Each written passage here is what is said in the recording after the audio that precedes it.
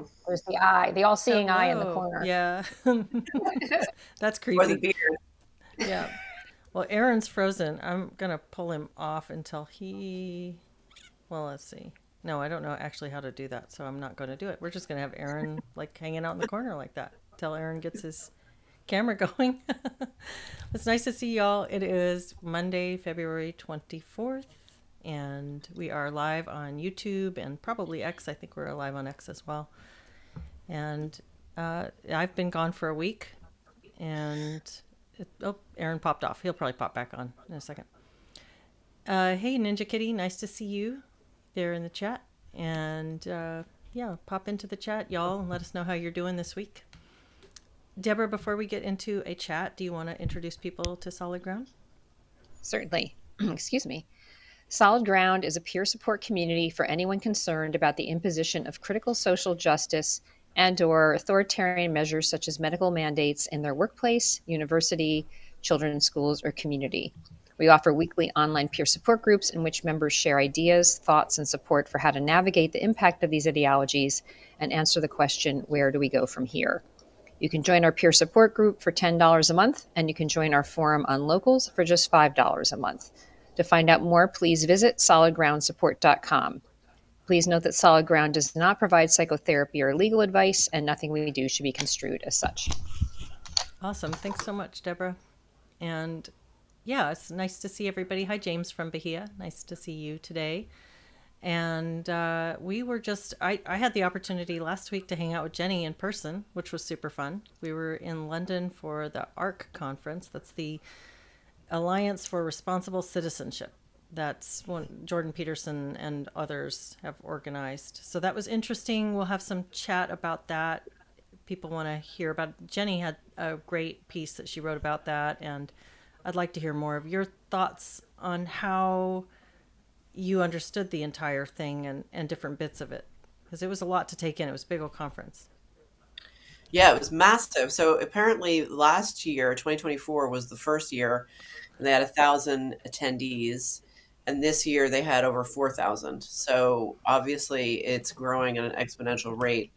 And interestingly, I last year had heard it billed as the sort of an anti-woke alternative to the World Economic Forum conference at Davos, which I thought was kind of like a sly dig at them. But then it was actually meant, it was described as such by none other than Mike Johnson, the Speaker of the U.S. House of Representatives. So Mm-hmm. clearly there's no shame in that title to them.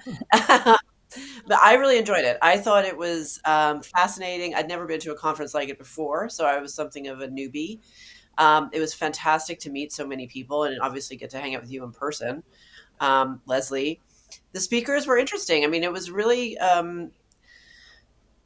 mean, the top line is establishment figures. So for someone like me who has abiding frustrations with the establishment, and I think a trust that will never be rebuilt from everything that's happened the last 10 years. There's room for criticizing all of that. But as I said in my Substack, it was ultimately, I'm choosing to see the positive side of that, which is it definitely felt like sane adults were back in the room. And I particularly appreciated Jordan Peterson's opening remarks were along the lines of we have to reinstill moral responsibility and concepts of like virtue and self-sacrifice over hedonism and pleasure seeking, not in the national, in the global national discourse, and in the story, our foundational story, which is of striving to do better than we had before, must be propagated because we've destroyed it, and it has almost ruined us collectively. So I appreciated that. I appreciated the installation of the sense of morality and responsibility. Yeah, yeah. They did mention several times that comparison to the WEF. I heard that as well. There were several references to Yuval Noah Harari as well. And kind of this felt like it was a bit of a counterpoint. It was meant to be in some ways a counterpoint to other agenda driven I hate the word elite, so I'm trying to step around it, but I can't think of another word, so I'm going to use it. Elites. And I did appreciate the moral tone. There were a few presenters in particular who did a really good job, I think, in calling out some of the issues that I think are really important. There was a woman, and I took extensive notes, and I don't know where I unpacked my notebook, so I should have that right now so I can tell you who did what and all these things. But my memory is not that great. That's why I take notes. So, but there was one woman who had a fantastic speech on technology and children, and I don't know if anybody caught that. Did you catch that one, Jenny? Who was that? Yeah, I didn't. I didn't write the dark-haired woman, Yep, the yep. English woman. Yeah, she was at the end of the first day. Yeah, I'll find her name now. Hold Okay. on. Okay. And just a quick interjection. People can find these online. I think if you go to the what is it, Alliance for Responsible Citizenry YouTube channel, Yeah. they're like Yeah. what, 18, 15, 18, 20-minute long little speeches. Yeah, they're Yeah. not very long, and a lot of them are really good. There were a couple that made me scratch my head. I still don't know what to make of Eric Weinstein's speech. Did anybody catch that? What was it? It was bizarre. So he started out Physics. by talking about and I did take a couple notes on this in my phone. He started out by talking about the basically saying, if you don't think you've been in a war, how many people have been in a war? You actually been in a war, and like very few people raise their hands. Well, if you don't think you've been in a war, you're wrong, because we actually have been in a hybrid war and the war is being fought in human terrain. So he's like talking about basically the ideological capture of societies. He called it a whole of society approach. And it was interesting the way that he was breaking this down. I thought his terminology was interesting. His framing was interesting. I perked up listening to that and was like, wow, that's quite fascinating. And then he did some kind of a weird, like, there was a lack of a segue, and he jumped into, we need to leave the planet. And and it was like like life here is not like we need to put everything behind like exploring space or planning to leave the planet. It was bizarre. I was like, what the heck? Did I miss something? And everybody's clapping, and I'm like, I'm not even sure what I just heard. So it was very bizarre. And I don't know what to make of that. So yeah. Danny 7190. Eric Weinstein has had some weird interviews. I would say this was a weird one. I find him very, very weird and actually quite off-putting. But anyway, Sophie Winkleman is the name of the woman who spoke about tech in schools and phones and stuff like that. Yeah. There was another speaker. Her name was Layla Mickle. Lila Mickleweight. Yeah, she wrote this book. I have it next to me.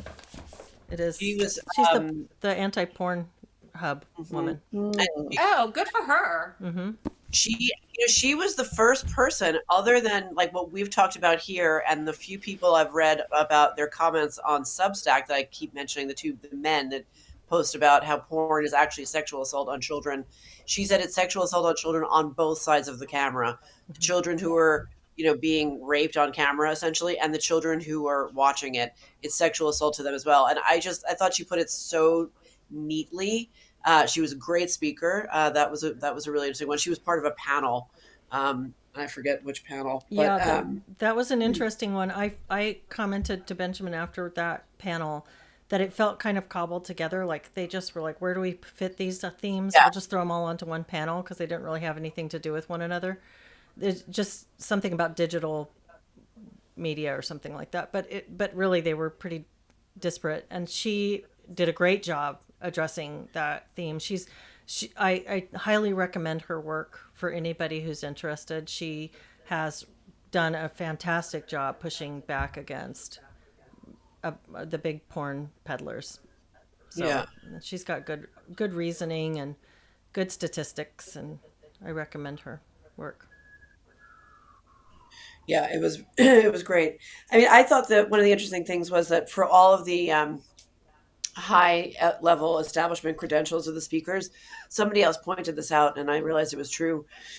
In the audience, there was a lot of younger than middle aged up to middle aged, right wing, for lack of a better term, kind of cultural influencers. I don't mean to use that. I mean, I'd rather have a better word, but people who are developed, who are making culture, and they are right wing. There's a lot of those people there, and I thought that was really interesting. And that group is far spikier and far edgier than the establishment speakers might be, or might be comfortable with. But it was very interesting to see them there. Actually, I was sort of heartened to see them, because again, I mean, you can quibble with individuals and you can be offended by individuals and all that stuff. That's absolutely fine. But this overcorrection, this counter revolution is really needed, and you can make an argument that there's some overcorrection in it.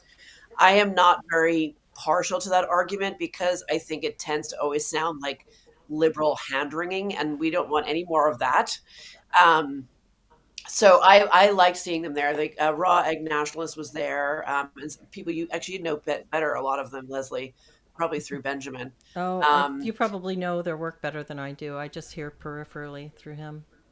yeah, but I was glad to see. I was glad to see that. I was very Mhm. glad to see that. It's also like, to me, it shows that there is a group of young people out there who are smart, who are culturally savvy. These people are not like tweed wearing. They're not like dorky losers. They're actually quite. They're like good looking and funny, and they're the kind of cultural producers that you would have imagined coming out of indie media in the 90s and 2000s. They've Mhm. just simply been like, their politics have shifted rightward, but they still Mhm. exist. They're still making stuff, and I was very heartened to see that. Mhm. I just want to say a quick thing on that because I listened to Orrin McIntyre's review of the whole event, and that's one of the things that stood out for him. Of course, he kind of liked it. He said there were so many of these young people who he said were actually farther right than what was being presented. He felt like the conference was more like IDW, and he said, but he said, in fact, he felt like they were hungry for something probably more, and there were just a lot of them, and they were just like, again, very young. And so, of course, for him, it was like, yay. um, so that was interesting. That's interesting to hear from your perspective too. Mhm. Yeah, I definitely had the same observation. Hmm. Look, Snack Entity about Eric Weinstein says Eric thinks more than 10 years into the future. It's as simple as that. He often thinks hundreds of years into the future. And that's interesting. And to me, it Oh. was kind of at odds with this guy who was kind of lumbering about on the stage and you know, morbidly obese. And like, how are you getting off the planet? I don't know. I'm not trying to criticize. I don't know. That came off. That came off so wrong. That came off super wrong. But just like you're thinking about other people. You're talking about a future for other people that aren't you. Like, why are we so wrapped up in other people's lives? And why don't we talk about what we are right now and how to fix and make the best of what we actually are right now? So I know that that sounded like a dig. I didn't mean it to be, but it was just like, here's a guy who's, aging and not taking care of himself. Not at all. Like, really. It's kind of like And the whole Jordan Yeah, Peterson it's what's the thing of effect set of. your life Oh, in sorry. perfect order before you criticize the world. well, yeah, It's and also it's the like, effect of. yeah, go ahead, Deborah. It's also the effective altruist problem, right? Because they start going like calculating for something so far in the future, and it can actually lead. There's that trans cult of like people who murder people who, because they go so far down to some abstract future of how to solve for this problem and that problem that it would mean I have to kill you or something like that, right? I mean, it's just, I don't know. That thinking gets too abstracted, and that's what you're sort of saying. Like, this is a person who is not even seemingly rooted with the problem in front of him in his own physical form, right, or something like Right. that. Yeah. I mean, you're levels and layers outside of your own reality, and you're thinking and pushing for policies and changes that are far outside of your own zone. And you're not worried about the things that are closest to you. And this isn't a dig on his nutrition. It's just a statement of, first, like, I'm almost 50. If we're going to design some way to get off the planet, I'm probably not going to see that. That's going to be far outside of me. So why would there's a balancing point. You want to invest in futures, but you're also talking about playing with the lives of other people. and forcing people into boxes that you're not even willing to go into yourself or able to go into yourself. And I think that it seems to me in this era of activism that one of the central problems is that we're all, instead of minding our business, we're minding everybody else's business. Meanwhile, our homes are rotting, and so I guess it wasn't meant to be such a flippant dig, but that was kind of. Well, that's where the net zero becomes a problem too, right? Because if it's sort of like we're going to do all this and you don't have any energy because we're trying to make sure we're zero carbon and not thinking about people can't, heat their home this year. He, my problem with him is that he's part of this. He's a certain type that I have like a kind of like a fairly intense dislike of the sort of like mystifying, deep thinking, intellectual chin stroking type, and it's always a man. And they're always like, yes, deep thoughts, and they kind of pontificate. And I find, I mean, obviously Eric Weinstein is a in many many ways vastly more intelligent than I am, and is operating on mathematical levels that are, you know, 1,000 times greater than anything I would ever be capable of. But the way he presents that is like it's pompous. It's just Yeah, pompous, pompous is the word. Yeah. and he's clearly like it's like this phenomenon of like huffing your own farts. Like that's the vibe I get from him, Yes. you know? It's Yes. like, well, I mean, Avantar is very clever to say these, and then he'll try and do like slightly edgy youth culture oriented things, and it's Like the just hose and cringe. bros thing. Did you catch that part? The whole, No, I didn't. yeah. Anyway, yeah, he did have a whole thing on hose and bros. So, I mean, I'm not saying my critique is not like a deep intellectual one.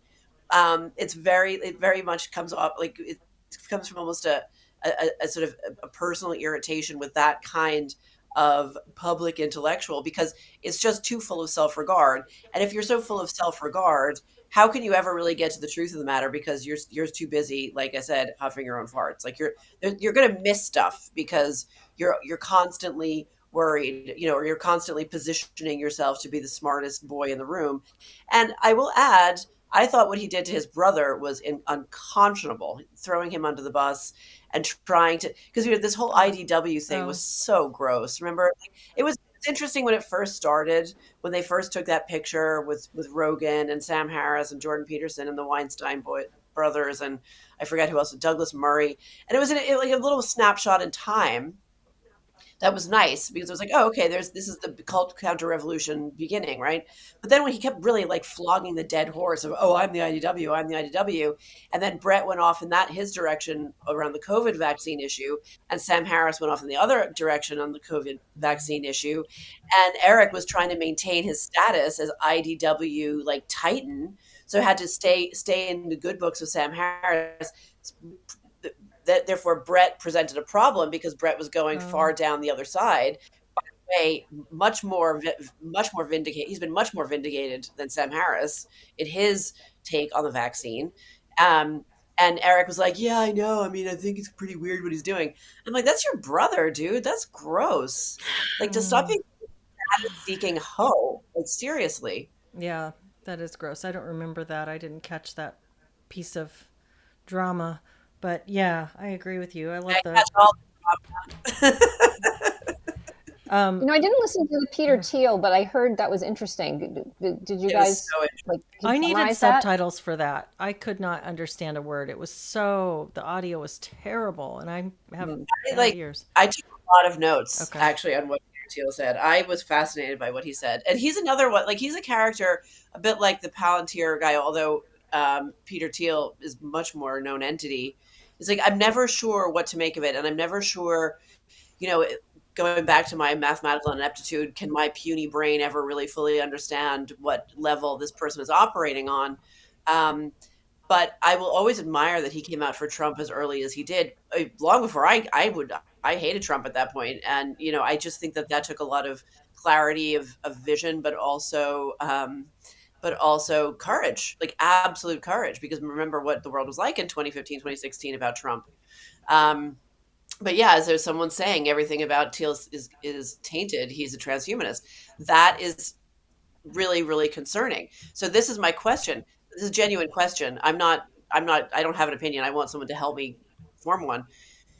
When someone is presenting you an argument that you strongly, strongly agree with, and that it really resonates with you, and you think you're you're relieved to hear it because it presents a worldview that is in sync with your own in a way, and sort of makes sense of the madness, and yet you know that they are part of something that you have reservations and qualms about. Where does that leave you? Mhm. No, I think that's a good question. I don't know. I guess there's so many different ways to answer it depending on what the issue is. I always like this thing that my I've heard my dad say my whole life, and it just this is what I thought when I first started hearing Jordan Peterson. It's this phrase, I agree 100% with 80% of what he says. And so it's just like a dadism. But and I feel like that's kind of the case. Like I listen to this guy, this podcast sometimes. It's a radio show that's out of England, and I've been listening to it on and off for like, I guess, 7, 8 years. And it's this guy Richie Allen. I don't know if people are familiar with him, but I like him. He's an Irish guy, and he has a lot of opinions I don't like and don't agree with, and then he has some that I'm like, yeah, but mostly I just like the guy and I like his news roundups.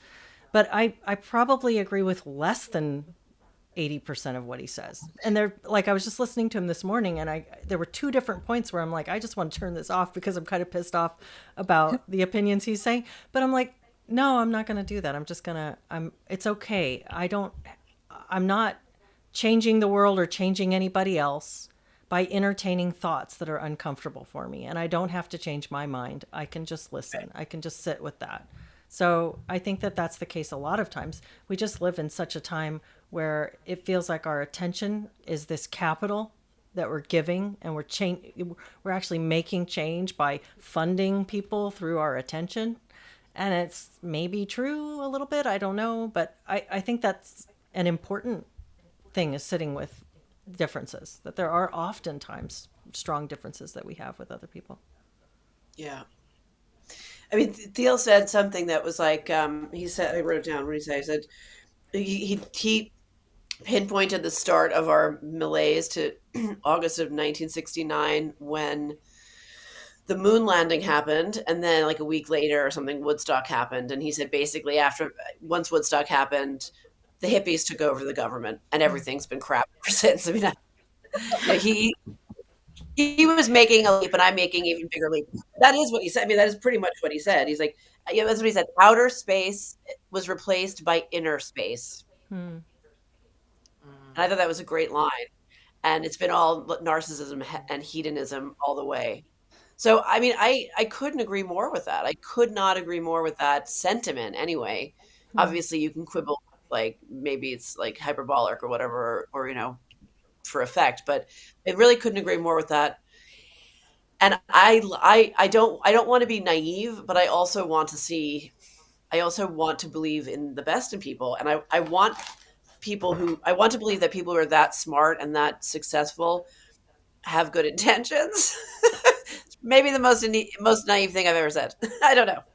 Well, with outer space being replaced by inner space, I guess one way to think about that might be that if we are not having to actively fight with our environment in order to secure the resources to live and sustain life, then we actually have the time to ponder what it is to be in this existence, and to have, this great philosophical exploration of the meaning of self, the meaning of life, and to reflect on, what am I experiencing and how am I relating to the world? And I don't know if I think that's such a bad thing. In fact, I think it's kind of a beautiful thing to be able to have that luxury.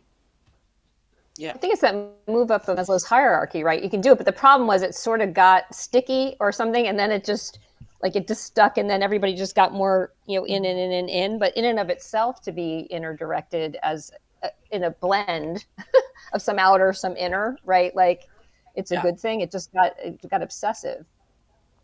There's a couple of funny comments in here. Can I just point Yeah. them out? Yeah. Um, 97 Cents wrote Richard Nixon, notorious hippie, which I think is very funny. Yeah. But I think the point, and I understand what you're saying. I understand that Richard Nixon was president and was not a hippie. But I think Peter Thiel's point was that it wasn't the presidency that was captured, but the entire rest of government apparatus, which I find hard to argue with, especially with Doge going through US aid and stuff like that. I mean, obviously, we had total administrative capture with by these left leaning boomer former hippies. Hmm. You know, another theme that really stood out for me at this conference, and if you want to stay on this one, that's totally fine. We can circle back and be in this one more. But something that really stood out for me was the pro-natalism theme. Yes, same. There were a lot of speeches about encouraging young people to have babies and encouraging people to have families. There was a woman I met while I was there. I spent a lot of time with her at the conference, and then we actually hung out afterwards. And she's a psychologist who's about the same age as me and doesn't have any kids. And her impression was like, I have to kind of slink out of here because I'm feeling like, they're really shaming childless people here. And we had a really great discussion actually after the conference with another colleague and another psychologist who also does not have children and is an older woman. And we talked about how Jordan Peterson has really been on a kick about calling out childless women in society. He's got this. That's a big part of his thesis, is that women without children are destroying the institutions. There's this particular kind of social direction that comes from that demographic, and I think that I think he's really missing quite a bit with that analysis. I think that it is something interesting to say, why are more people choosing or not choosing, choosing to have no children or not choosing to have children in time, if that's the case. What does it represent in terms of a social trend? I have a lot of thoughts about that. I wonder what other people's thoughts are as well. But I feel like he's drumming this thing a little. It's oversimplistic, and he's missing a lot with this. So anyway, I'll open that up and ask for y'all's I thoughts. don't like that he's laying it at the feet of women. It Yeah. takes two people to build a family, and I would not advocate for women to put themselves in a vulnerable position by having kids with somebody who is unprepared to be fully a partner in that situation. Having kids in with a partner that you cannot rely on makes women extremely vulnerable to becoming impoverished. It is no joke having a kid. Nothing makes you more physically or economically vulnerable. And if people want women to have kids, then guys need to be there and really be there. And I'm sorry, but I see case after case after case where they are not. And I see all kinds of women who are working very high level jobs and working a lot of hours, much more than 40 hours a week, and doing the bulk of everything at home in terms of raising the kids and all of the housework and coordinating all of the social activities. And they are completely exhausted and they have no time for self care. And their health is deteriorating because of it. I see women in all kinds of difficult situations, or guys that just don't stick around, and then women are raising the kids on their own. So I'm not going to lay jack shit at the feet of women given what we go through.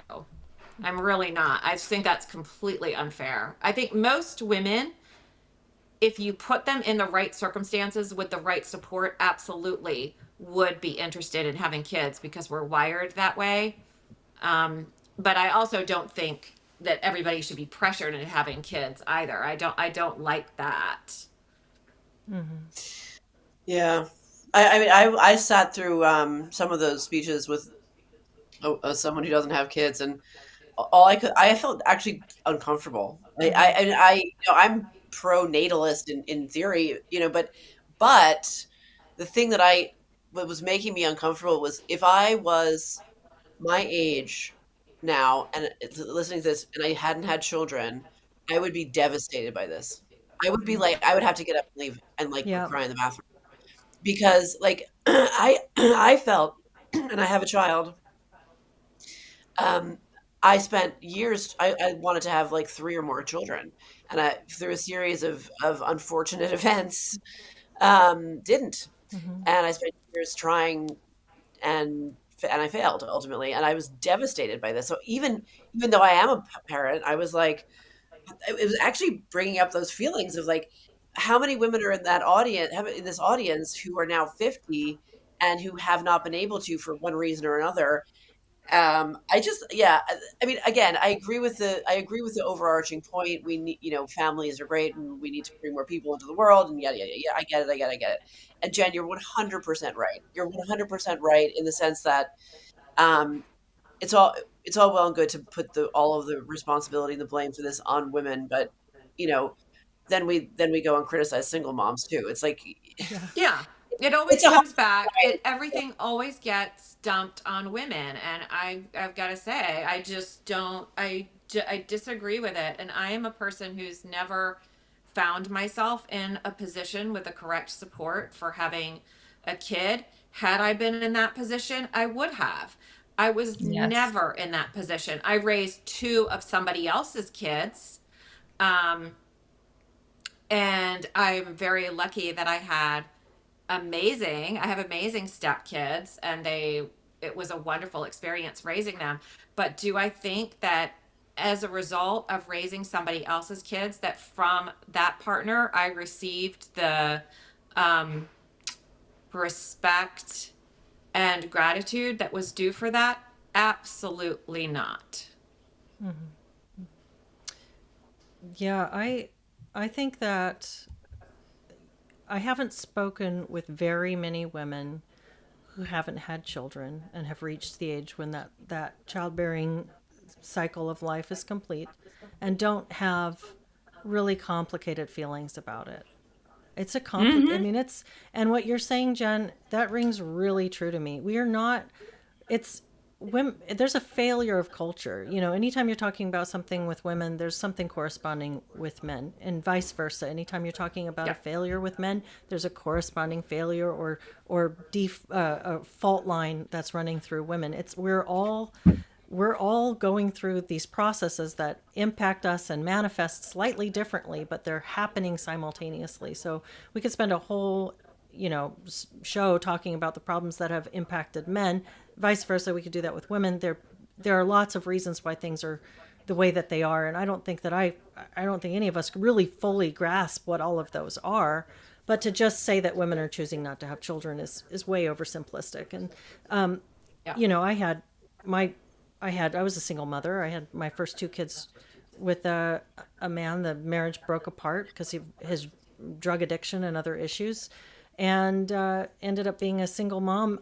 That in that marriage, I wasn't even when we were married, I wasn't allowed to stay home with my kids. I had to work. He wanted me to have a job. There was not. I didn't. I've never known a world where there was this man waiting to support you and have you raise kids in some comfortable environment. It was always, you have to work. My second two kids I had with my second husband, and I had to work. I had to go back to work at 4 weeks after my baby was born. We never did daycare. We always managed to do bouncing back and forth, and I didn't work full time most of that time. But I don't know very many people who live this kind of trad ideal that Yeah. that women are supposedly defaulting on, like women are supposedly like running out on. I don't know what that is. Right, right. Yeah, we're all just refusing that. So I was married to a person in my 30s, where I started really thinking about the possibilities of having kids. And I was concerned about what would happen because I was seeing this in a lot of my colleagues, my peers at the time, that they were getting pregnant, and these were young, healthy women, and they would end up on bed rest for 2 or 3 months because they would they just basically would have lost their pregnancy otherwise. And as I was considering doing this, I really wanted to know that he had my back. And I asked him if I should be put on bed rest for several months. You know, I wouldn't be able to work. Would you handle things? Like, would you temporarily go out and get a second job if need be to make sure that all of our bills were paid? Because I'm a very responsible person. I don't accumulate debt and leave bills unpaid. To me, that's an unacceptable way to live. And he said, no, absolutely not. I would never do that. Hmm. I mean, Mm-hmm. he just was basically like, you'll absorb all the risk physically, financially, and sure, like I'll change a diaper or whatever, but no, I'm not saying to you, we've got this and I've Hmm. got you. He Mm-hmm. was not saying that, and you have to have somebody that says that. Yeah. Hmm. And I That's mean, a unless hundred. you're just kind of self-destructive and you're willing to risk that, which I'm sorry, but I'm not willing to risk living Hmm. in Hmm. poverty. I'm just not. And because I'm ultimately responsible for myself. So if I should be criticized for that, I don't think that was my failure. I just simply do not. I agree 100% with you, Jen, because it's the exact reason I didn't have kids either. It had nothing to do with me not wanting to actually be a mother. In fact, it was very devastating for me when I hit an age where I was no longer going to be able to have children naturally. I would have to have thought about adoption. I think somebody wrote that in the chat about considering adoption. But that was the exact same time when I met my husband, and I had to make a decision. He didn't want other children. He already had one, and he was getting on in life age wise. He wanted to start, thinking about other things to do with a partner, like retiring eventually and being able to travel. It was just something that wasn't a part of what he wanted in his lifestyle, was to have more. And I had to make a choice. Okay, I'm 36 or 37, I think at the time. I'm either going to choose to stay with the man I love, who's a wonderful partner. He's a wonderful, father to his daughter.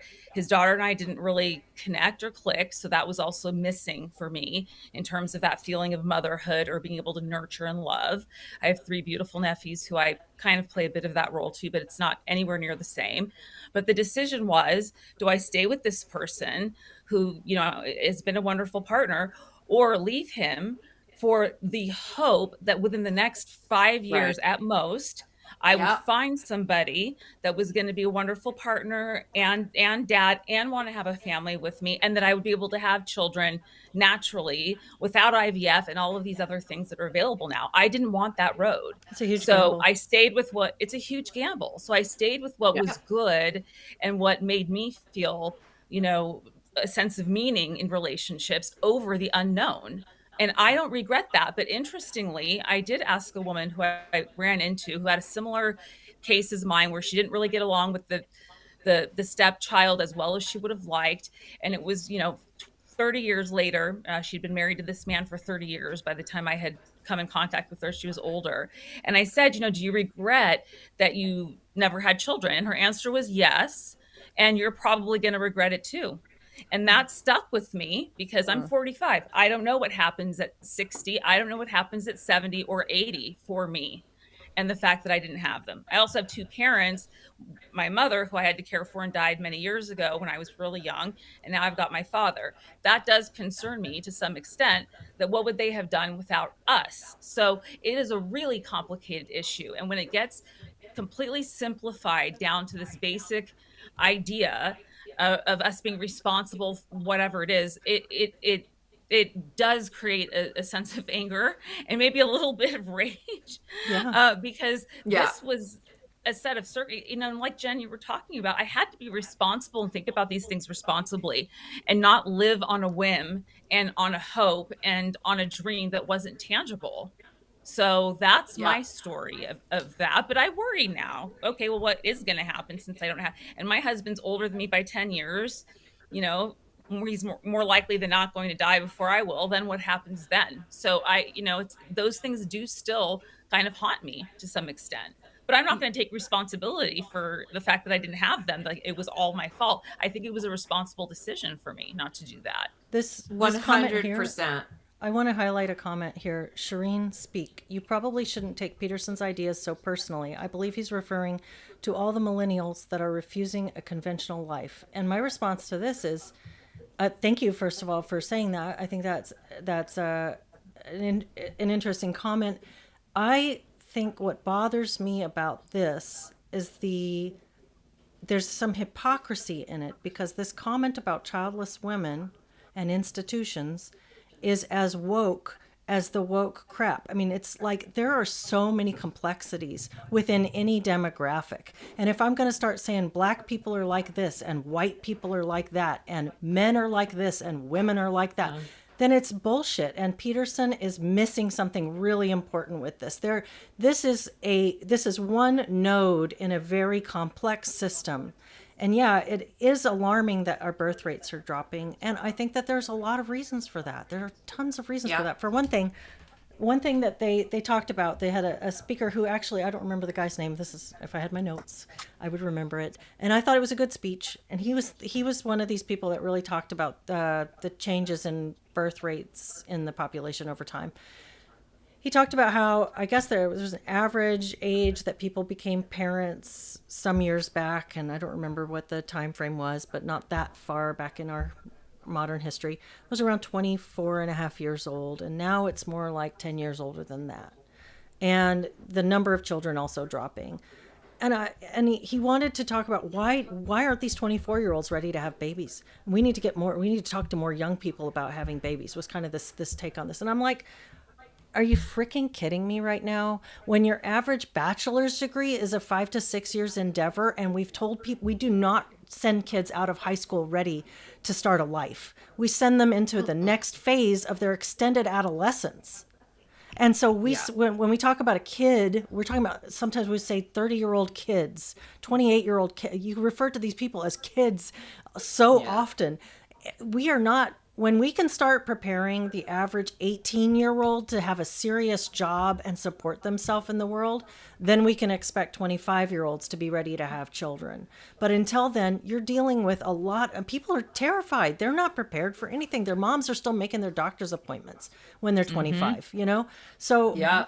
and the degree inflation, the fact that young people are saddled with these massive, massive college debts, and they're terrified, and they don't see a future for them in the job market. They don't feel like they're moving into anything that feels solid and dependable. How are they supposed to feel ready to have a family? And That's right. I think it takes exceptionalism now to feel like you're confident enough to do that. And so by the time a woman has had a little bit of time to actually meet a partner and have a solid enough career that she's established, so she has like a part-time thing she can fall back on while she's raising her baby, which is what it takes right now, she's going to be 35 to 40 years old. And so we're losing That's right. our time because of our degree inflation and our demands for the extension of adolescence, which defies human biology. So That's right. That's right. And I've got Yes. clients. I have clients who have two kids. You know, I live in the DC area. To put two kids in daycare, they're spending about $6,000 a month. I like your balloons, Jennifer. That's funny. You know? And so how people are supposed to do that, you know, what about if there's two school teachers that get married? Okay, well that's hard for one school teacher to support um a whole family. So okay, so both of them are going to work, and then how are they going to pay $6,000 a month to have their two kids in daycare? You bloody well tell me. And they probably both are saddled with student loan debt. I mean, it's almost like the middle class are getting priced out of having kids. That's exactly what it is. I mean, the Yeah, middle it's class economic. has been proletarianized essentially. They've been downgraded to economic non-viability. But as people are Yeah. saying in the comments that Jordan's Peterson's argument is either a straw man or it's like a. I mean, I'll defend it in the sense I'll defend it up to a point because I do agree with everything everyone has said. I don't want to be like a fence sitter, but I will defend it in that I think it was partly it's I mean he is identifying a specific problem that applies in specific places to specific people and large numbers of specific people. the controlling, devouring mother government, essentially, right? I agree with that. And he's also doing, and obviously that's not the full story, but he's also doing something else, which he's delivering this sort of short, sharp shock, I think intended for young people, as you were saying, um, to kind of like it's like a slap in the face, or like a splash of cold water to say, get over yourselves. You are capable of doing it. It is a worthy goal in and of itself. Do it. It's sort of like, you know, kicking off the training wheels on the bicycle and pushing the kid on the like forward on the bike. And if they fall off, fine, they'll just get back up again. It's kind of delivered in that spirit, because you know I think there's a role for that, but I mean the underbelly, like, and he's done a lot to address young men. So I'm not he's not this thing, but this message has to go to young men. Okay, young women, obviously, especially left wing and progressive young women, are dealing with a whole bundle of psychosocial problems, and are Hmm. really propagandized to hate life, to hate life in the womb, to hate life on the planet, to believe that humans are a cancer on the face of the earth, and we're viruses and all this crap. Women are actually actively being taught that, and they're actually adopting those beliefs. But young men are the ones who have to take care of the freaking women while we are gestating their damn babies. And as we all know, because we grew up in the 80s and 90s, they will leave your ass. Okay. Like, this used to be remember back in the day, this used to be the main discourse of, like, why you can't depend on men, and this, all that, and there was a huge amount of truth to that. Okay, there's a huge amount of truth to that. You're putting your lives in the hand, as you're saying, Jen, and as you're saying, Christine, you'd be putting your life in the hand of a man to protect you for decades whilst you go through this process of raising a child. And how many of us have known men who are not capable of that? I think every single one of us. Okay, every Yeah. single. Absolutely. Yeah. 100%. And to ask that of somebody, I think is tremendous, to ask women to absorb that risk. I mean, send some, when I was in my 20s or 30s, send some guys that way that would really say to me, I've got you. We can do Right. this. I would have at least one kid by now, maybe You two. know So, why? and I'm Because and I'm fine that I don't, because I have a wonderful, wonderful, fabulous life. I think there's so many ways to be happy. Um, but it does represent an experience that I will never have, that maybe I would have really, really loved to have, because right. I loved my stepkids. So Yeah. that turned out to be something that was much more rewarding than I ever would have anticipated. Yeah. And I'm gonna step add, parents oh, huge. Deborah? Like, that's the thing. Yeah. that's good. No, I just wanted to add another angle. I think maybe this fits more for the super. I don't even want to blame it on men or women necessarily, but it definitely affects it's a certain strata. Something happened where the public life just became way more high status than private life. Like, and so then there was this, if you're in the world, if you have a career, like that's just higher status than Totally. being at home. Whoever started that, who knows, right? But there just was an overvaluing of public life, and then you have women that chose to do that because that seemed wanting to even have status outside the home was something that people wanted. And so there is a subset of women that I do think um, I don't want to say to blame, but like there was that pursuit of that. It's like either we suddenly could even have access to it because we couldn't even have access to that kind of status before, but it really drove things. And I don't know how we come back to valuing. What I don't like seeing is people go, okay, well, now let's just make the private space into a marketplace. So let's have the daycare and let's have I don't know, whatever, right? We're just going to sell, you just pay for it. And like, I don't know how we solve that either,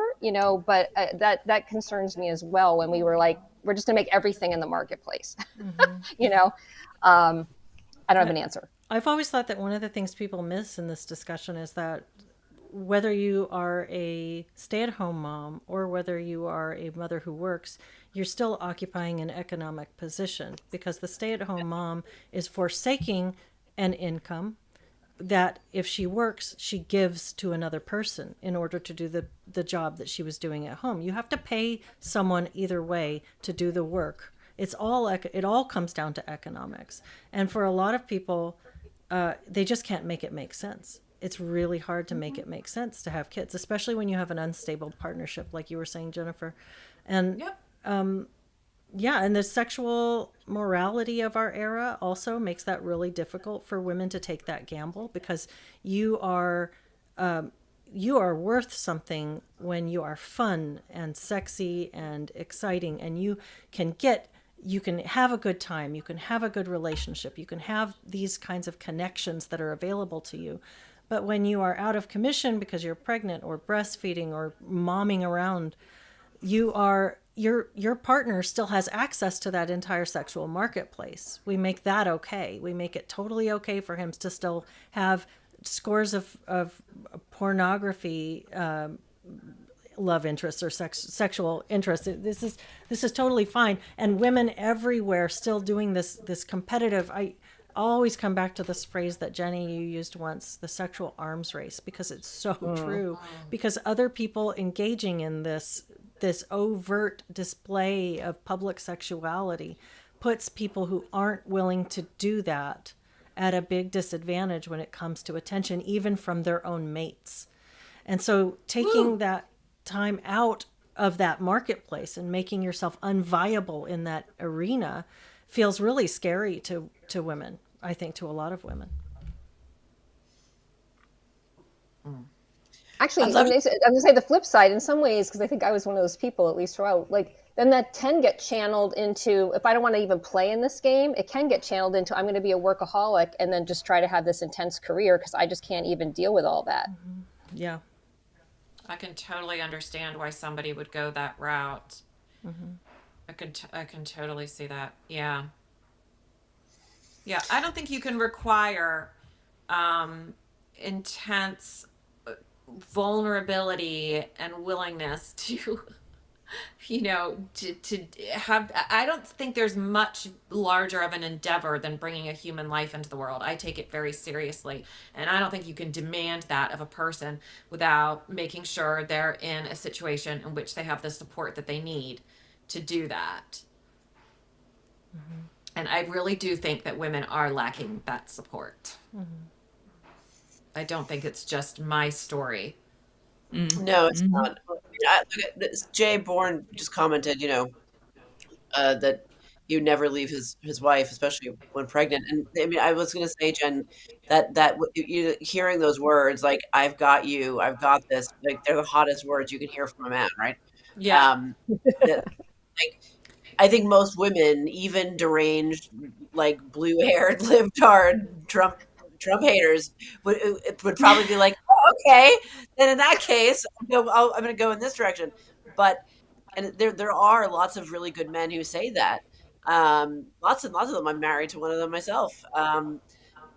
But there's lots that aren't, and like this is the risk you guys were talking about. And Christine, I know exactly what you're talking about.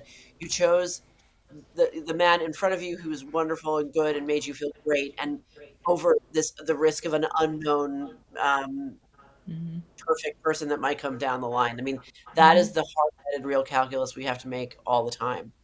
Mm-hmm. Yes, yeah. Women are constantly confronted with near impossible decisions where whichever one you choose, there is major loss on either side. I think, to me, that is one of the defining features of being a woman. And it is why part of why I remain pro-choice within limits, because I will not do a single fucking thing on this earth to make things any harder for women. I simply will not. And I'm not a person who views women as victims, but I do think that we are uniquely vulnerable. Mm-hmm. Yeah. So some of these are really funny. Yeah, they are. I know. I like that one. Ray says, damn it, I just learned the hottest words now at 62. Shit. Yeah. Yeah. Ray. Yeah. That's right. And you're a man, so you can still go out and have some babies if you want to. Yeah. Quality of sperm does go down, though, y'all. Y'all with your big dicks thinking I'm going to get a 30-year-old, your sperm ain't so fresh no more. Just saying. Thanks, Jen, for that biology lesson. Yes. Yeah, I had to. My first child was a surprise. I was 18, so that was a total surprise. But my other three, um, my second one involved a lot of convincing my ex-husband. My second child, I was like, I have a one little baby here, and I don't want her to be an only child. We need another. That was a hard sell. That was a really hard sell. And I had to, when I was, I have four, but I would have loved to have 10. I would have had 10 kids. I would have had as many kids as I could have if I had had a stable situation where I could have more children. And I had severe baby fever after my fourth child. There was a fifth that just needed to happen, and it was a no-go. And every time in my experiences as a wife and mother, every time I wanted to have another baby, it was either it took a lot of convincing or it was a flat no, because and these are just anecdotes, but my husbands were terrified of supporting families and didn't want more kids because that was scary. So I just think I think it's a lot more complicated, and these kinds of narratives just don't do the issue justice. Plus, I really, coming back to what he's saying, that so there's the birth rate argument, but then there's also like childless women are ruining our institutions, and everything's feminizing, and we've got the long house and all this stuff. Well, I think what we're complaining about is bureaucracy, and we're pinning that on women, which isn't really fair because men and women are involved in bureaucracy. And I also think that, and we could go into that argument if you guys agree with that, or another time perhaps. But I think that one of the things that when we talk about everything's feminized, and cancel culture is this feminized aggression style because men do it this way. Well, we're also, cancel culture is something that occurs when you communicate indirectly via the internet. And so nobody has the option to go up and pop each other in the face and do the manly thing and take it outside and brawl. This is how you fight when you are steps removed from one another. And I don't think that's necessarily inherently female. I think it's also communication style. So Deborah, you look like you had a thought. Oh no! So I was back on. God, something I said a few moments ago, but I do feel like it feels like it is another conversation for another time. But I don't think it's just bureaucracy. I mean, I look at myself. It's like I have all these things. I have all this motherly love I want to give. I have nowhere to put it, and so I do feel, at least for myself, that a lot of my care and concern, if I had my own kids in front of me, I might be very preoccupied with that and not be, out there trying to I'm not doing activist things, but you know what I mean. So I don't. I think some of it may be pent up, care that women don't have. I don't think that's the only thing going on, but I do see that as, especially say the teachers that are like the single teachers, and they're like, oh, you're like my children, and like they're kind of like, I'm your mom now, right? Like, we see those things on libs of TikTok. I mean, those are, again, anecdotes, right? So I can't say how much it extrapolates, but we've seen instances of those things where there's these single activist women, and now they just want to have all their little brood there or something. So I think it happens on some scale. Yeah. That's what Oprah used to say about her reason for not having kids. All these kids that she helps across the globe are all her children.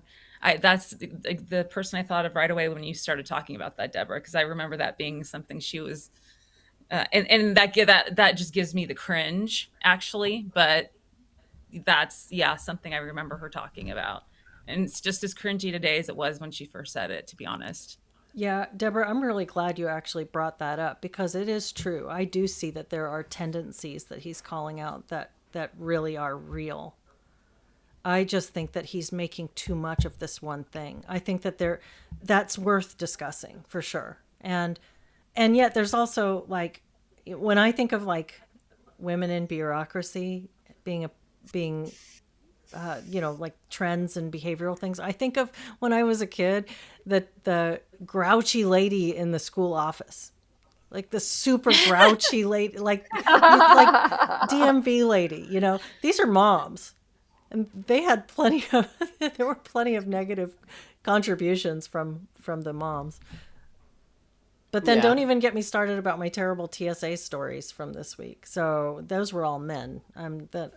there's plenty of problems with men in bureaucracy too. Yeah. I know we're at the end, so any final thoughts? What are some things coming up or summing up?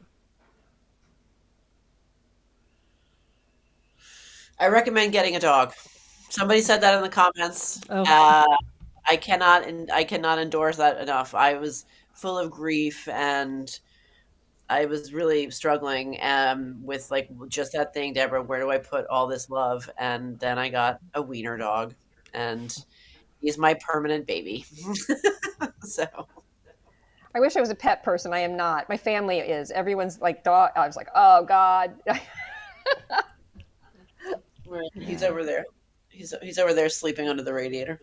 Jay Bourne called you an active non-activist, Deborah. I like that. Jay sees me on other platforms commenting in this. So does Spinster Mountain. We've been discovering each other on other platforms in the chat. Oh, that's so cool. We all get around. That's awesome. All right. Well, thank you all for this great discussion. And I'm sorry Aaron didn't quite make it in. We got to see his face. It would have been nice to have a conversation with him. Maybe he'll figure out his beard. Yeah. We'll get our connection issues worked out, hopefully. But live stream for the win. I guess that's it. So have a great week, everybody, and we'll see you next Monday. See you next Monday. Bye, all. Bye all. Bye. Thanks.